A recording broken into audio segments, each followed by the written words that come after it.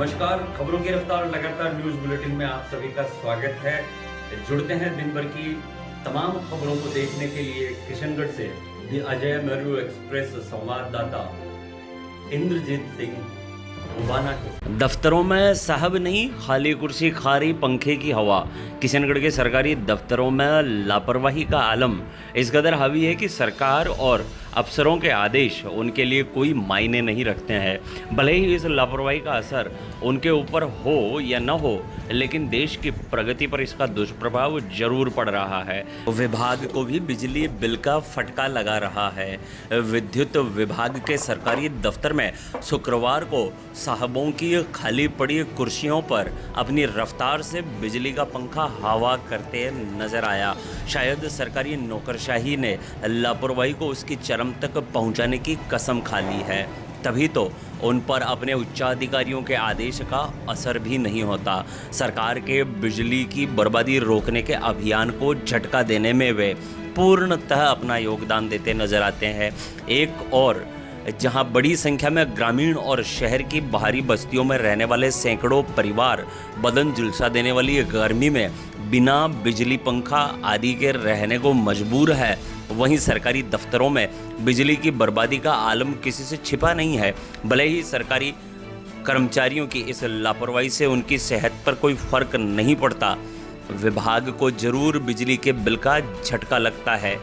Ajay Meru express team ने शुक्रवार को पड़ताल में विद्युत विभाग, राजकीय यज्ञनारायण अस्पताल आदि दफ्तरों में बिजली की बर्बादी उजागर की।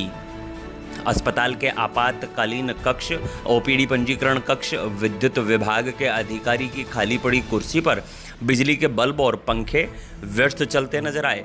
लापरवाही का आलम यह है कि बिना आवश्यकता के बिजली के उपकरण चलते देखे गए।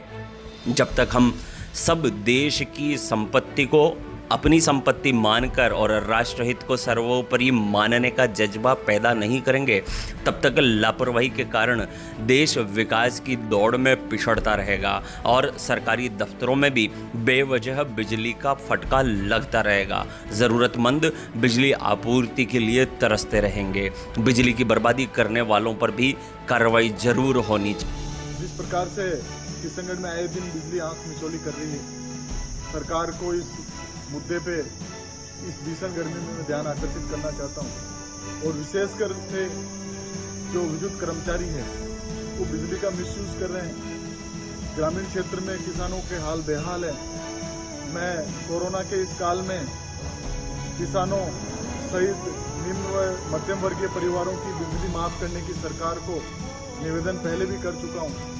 और इस भीषण गर्मी में जिस प्रकार से आए दिन बिजली का जाना, आंधी तो दूर, छोटी सी हवा आते ही बिजली चली जाना, शहरी क्षेत्र में बिल्कुल बिना किसी मापदंड के बिजली का जाना और बिजली का जिस प्रकार से बिल आ रहा है, वो बिल इस सरकार की नाकामी को दर्शाता है।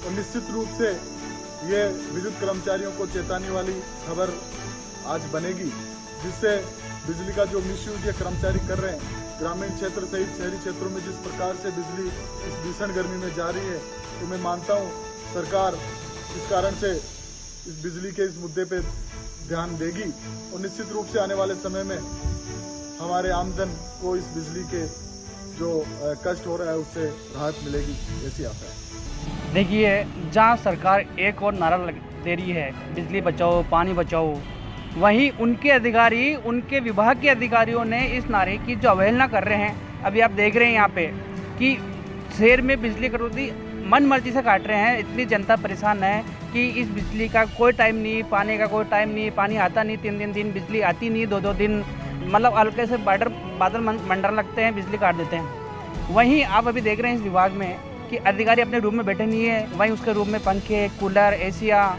ट्यूबलाइट जल रही है, बेवजह मतलब खपत हो रही है।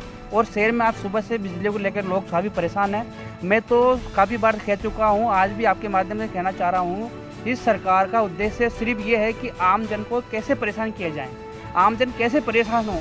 ये आमजन को परेशान करने वाली सरकार है, जिसको आने वाले टाइम में जनता इनको ही सबक सिखा देगी और कभी वापस सत्ता में नहीं आएगी। इस मदमस्त होकर जो घूम रही है सरकार, इनको मजा सिखा देगी।